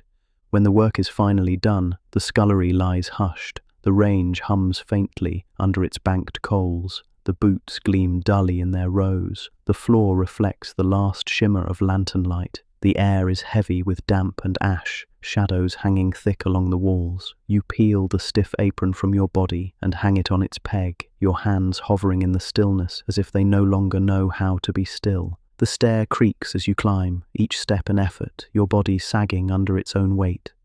Your narrow bed waits, the blanket scratchy, the straw mattress thin, but tonight it feels like sinking into water. You collapse without undressing, shoes still damp, hair smelling of smoke, hands too sore to unclench. Your eyelids sink heavy, breath shallow, and the scullery releases you for a few hours. Sleep wraps you fast and deep, dreamless as stone, but above your head the bell waits, patient and merciless, ready to drag you back down into the damp dark of another day. The bell shudders through the beams above your head, and you wake with a start that feels more like a jolt of pain than a summons. Your body is still stiff from yesterday, shoulders locked, fingers curled as if they have forgotten how to straighten. The straw mattress has left ridges across your skin. The thin blanket slipped to the floor in the night. Your shoes, always damp, gape at you from the foot of the bed like open mouths.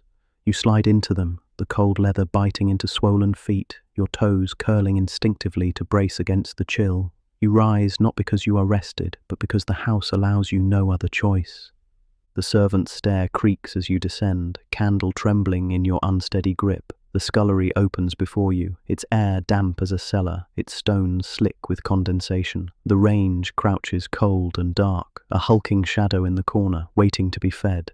You kneel, prying at its iron belly with the poker. Ash drifts upward in a soft grey cloud, settling into your hair, catching in your lashes, coating your tongue until you cough. Coal clatters into the grate, kindling snaps, and soon the flames flare back, spitting sparks. Heat scorches your face while your back shivers from the draught, an unfair warmth that mocks more than it comforts. The pump resists your grip, squealing as you wrestle the iron handle up and down. Water gushes in uneven spurts, splashing into kettles so heavy you stagger under their weight. You heave them to the range, arms trembling, the liquid sloshing against your chest as it spills. Soon, the familiar hiss fills the room, steam curling upward, dampening your hair until it clings to your temples. Already your dress grows damp, the skirt hem dragging in water that seeps into your shoes. It is only dawn, and you are soaked through as though you have already laboured a full day. Cups and saucers arrive in their delicate clatter, carried down from the family's early tea. Porcelain rings faintly as it collides in the basin, its thinness a threat to your swollen fingers. Lip marks stain the rims, crumbs cling to saucers, spoons stick together with sugar. You plunge them into the scalding water, the china glowing faintly under the lantern's light, steam rising until the room blurs. Your hands sting fiercely, the heat needling through every crack until you bite down on your lip to keep from hissing. Still, you scrub, rinse, polish, stack. The rhythm is relentless, and it swallows you whole. Vegetables follow, carrots, turnips, potatoes, their skins damp with soil, their roots trailing dirt across the floor. You scrub them one by one in icy water until your fingers feel carved from stone. Carrots squeak in protest, potatoes slip loose, splashing against the basin's edge, soaking your apron with muddy water. The smell of earth clings sharp and foreign in the scullery, a reminder of a world you rarely see. The pile never shrinks, no matter how fast you work. Above, bells ring like a chorus, sharp and insistent, pulling servants in all directions. None for you. No one calls for the scullery maid. The bread troughs come next, gummy with paste-like dough left by the kitchen maids. You scrape with stiff bristles until the wood shows bare, the flour smearing across your wrists, drying into tight crusts that itch and crack. The yeasty smell hangs warm and mocking in the air, teasing with the promise of loaves you will never taste while still warm. Your breath sharpens in your chest, your arms tremble with each stroke, and yet the trough gleams again by the time you set the brush down. And already the trays descend, bowls smeared with porridge, spoons clotted with honey, cups ringed with tea.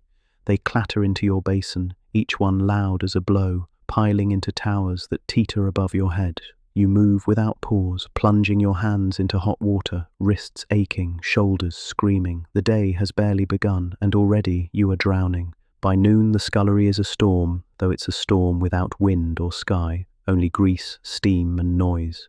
Pans slam against the counter in greasy heaps, their undersides blackened, their insides slick with hardened drippings that resist every brush stroke. Platters arrive smeared with gravies that have stiffened into dark crusts, forcing you to scrape until your wrists flare with pain. The air is thick with the sour-sweet smell of meat mingled with coal smoke, heavy enough to choke. Each breath is a labour, each plunge into the basin a burn. The lye gnaws into the raw cracks of your fingers until they sting like open wounds.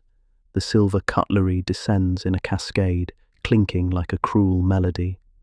Knives dulled with fat, spoons sticky with jam, forks stiff with fibres of meat, all demand not only cleansing but gleaming. You polish with a rag gone black with tarnish, your fingers stained deep as ink. The cloth slips from your grip often now, your hands too swollen to obey. Each spoon throws back a warped reflection of your face, pale, hollow-eyed, bent. You wipe it away not because you want to see yourself, but because the butler will demand it gleam. Trays of leftovers arrive without pause, footmen sweeping through like shadows, leaving waste in their wake. Pies slumped half-eaten, custards wobbling untouched but for a single spoonful, roasts carved but not finished. The slop bucket fills with what would feed a family twice over. Hunger claws at your belly until you shake. When no one looks, you risk another theft. A torn edge of bread, hard and soggy with gravy. It tastes of salt and ash, but still you chew quickly, swallowing guilt and scraps in the same bite. Laundry arrives bundled and heavy, as though mocking your fatigue. Tablecloths stiff with wine stains, napkins streaked with grease, all dragged toward the copper where water boils and bubbles with impatience. Steam bursts upward, dampening your hair until it sticks to your neck, soaking your dress until it clings heavy and cold. The paddle feels heavier each time you force the cloth beneath the froth, your shoulders trembling, your wrists quivering. When you wring the linens on the board, water splashes in cold arcs across your chest, soaking through. The cloths drip in rows above you, pale as shrouds, watching silently as you stagger under their weight. The noise of the scullery grows merciless. The pump groans, water splashes, Brushes rasp against stone, dishes clink endlessly. It is a chorus with no conductor, no rest, only an unbroken hum that drowns thought. Time bends under it. Minutes and hours blur into the rhythm of scrub, rinse, dry, stack. Noon feels no different from morning, except your bones ache deeper, your breath grows shallower, your vision swims more often in the steam. The mansion thrives upstairs, its life gilded and soft, while you sink further into the damp, endless belly below. Evening arrives like a punishment. The kitchen above erupts into thunder, the cook barking commands sharp as blades, knives drumming against boards, footmen thundering down the back stair with trays that shake under the weight of silver and porcelain. The scullery swells with their chaos, its walls slick with condensation, the air so thick with steam and smoke it feels like breathing soup. The range roars, kettles shriek, basins overflow. You feel the heat pressing into your chest as though the room itself means to swallow you whole. From above comes the faintest ghost of violins, a laugh carried down through beams, reminders that the world upstairs is awash in candlelight while you drown in grease. The first wave crashes in, fish platters streaked with butter and lemon, their sharp tang making your stomach twist. Bones gleam against porcelain, slick and gleaming, scales clinging stubbornly no matter how fiercely you scrub. The water clouds with oil, rainbow films shimmering across its surface, mocking in their brightness. You plunge your swollen hands deeper into the scalding heat, the sting so sharp it feels like your skin is splitting. The copper pans are worse, heavy, unwieldy, their insides varnished with drippings that cling like tar. You scour them until your wrists quake, until sweat runs down your temples and drips into the water, vanishing without notice. Then the meats descend, brutal in their weight. Silver trays crash onto the counter, their rims crusted with gravy hardened into ridges. Knives clatter into your basin, their handles slick with fat, their edges dull but dangerous in your trembling grip. You scrape bones into the slop bucket, the hollow clatter loud in the thick air. Grease coats your apron, your arms, your hair. Even your breath tastes of it now, heavy and suffocating. The smell clings like a second skin, sour-sweet, impossible to wash away. The walls themselves seem to sweat it back at you, slick with steam, dripping with your labor.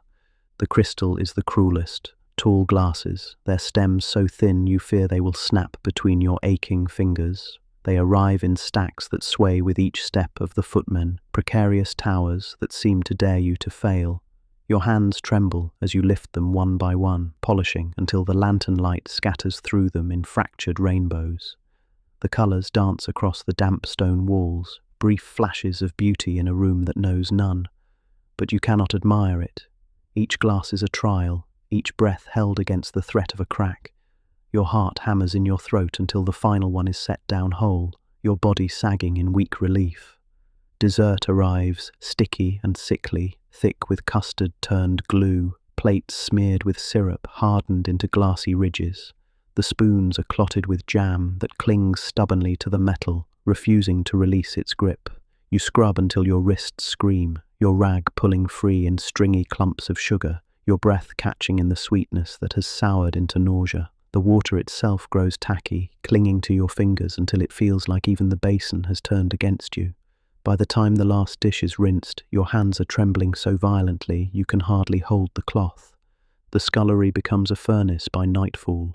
The range roars with banked fire, the lantern flickers weakly through the haze, shadows writhing across damp walls. Your dress hangs soaked and heavy against your body, sweat and water mingling until the fabric clings cold in some places and scalding in others. Your hair is plastered to your scalp, your shoes squelch faintly with each step. The noise narrows into a hum, the hiss of steam, the clink of china, the steady rasp of brush against pan. Above, voices rise in laughter, music swells, glasses clink in cheer. Below, you dissolve into rhythm, scrub, rinse, dry, stack, until you no longer feel the edges of yourself. You are part of the scullery now, steam, shadow, labour.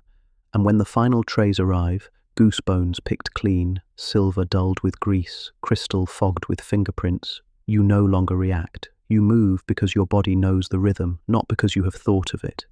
By the time the last dish gleams faintly under the lantern's dim glow, you are shaking, hollow, emptied of everything but work. Midnight waits already, the ashes, the boots, the floors, the chamber pots. Dinner is over for the family above. For you, the night is only beginning. By the time the last dish is stacked, you are no longer sure if you are awake or caught in some fevered dream. The scullery lies hushed except for the drip of water from the pump and the faint, restless sigh of the range. Lantern light flickers against damp stone, shadows stretching like long fingers across the walls. Your body moves without asking, as though it has been claimed by the room. You take up the poker and kneel again before the range, its iron mouth glowing faintly red, like the eye of a half-sleeping beast. Ash drifts upward as you rake, settling into your hair, soft and grey as snow. When you carry the heavy pails into the yard, the mist swallows you whole. The lamps blur into halos, and the sound of ashes tipping into the pit is so muffled it feels as though the night itself is absorbing your labour. The boots line the wall like mute sentries, their shadows tall and distorted in the flickering light. You kneel before them, hands trembling as you smear blacking paste into the cracks. The polish stings as it seeps into the cuts of your fingers, but you keep moving in circles, circles, circles until the leather gleams darkly. Reflections waver in the shine, fragments of your bent body, your hollow eyes, your bowed head. They vanish as soon as the lantern flame shifts. It is as though even your own reflection cannot bear to linger in this place. The floor stretches wide and endless before you, stone glistening faintly with damp. You drag the bucket, water sloshing, your own shadow swaying with it. On your knees you scrub, the brush rasping like whispers across the flagstones. Each stroke sounds too loud in the vast silence, as if the house itself is listening. The scullery smells of soap and wet stone, scents that cling to your throat, heavy as sleep. Your arms tremble, your vision swims, and still you move the brush back and forth, until the lantern light shivers across the freshly washed floor. The chamber pots descend last, pale porcelain gleaming under the weak flame. You lift them with shaking arms, their weight pulling you sideways, the stench burning your eyes. Out in the yard the fog presses close, heavy and still. Steam rises ghost-like as you tip the contents into the pit, curling into the night before vanishing without a trace. The sound of your brush scrubbing porcelain echoes oddly in the mist, as though someone else were working beside you. But when you pause, the garden is silent. Only your breath, white in the lantern glow, proves you are real. When at last you return, the scullery is quiet, shadows pooling in its corners. The range hums low beneath its banked coals. The boots gleam faintly in their rows. The floor smells faintly of soap. The lantern sputters, its flame thinning, ready to gutter out. You peel the stiff apron from your body and hang it on its peg. Your hands hover for a moment in the silence, stiff and aching, unsure how to be still. The stairs creak under your weight as you climb, lantern left behind to fade. Your narrow bed waits in darkness, straw poking through its thin sheet, blanket heavy and rough. You collapse onto it without undressing, shoes still damp, hair sticky with soot. Your eyes close before your head sinks fully into the pillow. Sleep claims you like a tide, heavy and dreamless, deeper than thought. But even here, in the shallow dark of rest, you know the bell waits, coiled like a serpent above your head, ready to rattle you back into the scullery's jaws with the dawn. The bell shatters the silence of your sleep like glass, but this morning you do not jolt awake. You rise slowly, as though pulled by invisible strings. Your body no longer protests, it simply obeys. The ache is there, sharp and deep in your shoulders, wrists and knees, but it has settled into something familiar, like the steady throb of a wound that never heals. You swing your legs over the straw mattress, the blanket falling in a heap, and slip your swollen feet into shoes still damp from the night before. The leather gnaws at your toes, but you no longer flinch. Pain has become its own silence. The servant's stare is darker than usual, or perhaps it is only your vision clouded with fatigue. Each creak beneath your feet echoes like a hollow drum. The scullery greets you with its damp breath, the air close and cold, the walls weeping with condensation. You kneel before the range, movements automatic, poker in hand. The ash drifts upward as you rake, coating your lashes until your eyes sting and water. Coal clatters into the grate, kindling snaps, and the fire flares awake, its glow pressing against your face. Heat sears your cheeks, but your hands, numb and raw, barely feel its warmth. The pump handle resists, shrieking as you force it down, shoulders shuddering with the effort. Water gushes into kettles, splashing against your chest, soaking your already damp skirts. The weight drags at your arms as you haul them to the range. Steam hisses, rising in thick coils that cling to your hair and skin, turning the scullery into a dim cavern. The hiss becomes a hum in your ears, steady, relentless, as if the house itself were alive. You move without pause, without thought, your arms heavy, your feet sluggish. The porcelain cups arrive with their faint, delicate clink. Lip marks stain their rims, crumbs scatter across their saucers, spoons cling together with syrup.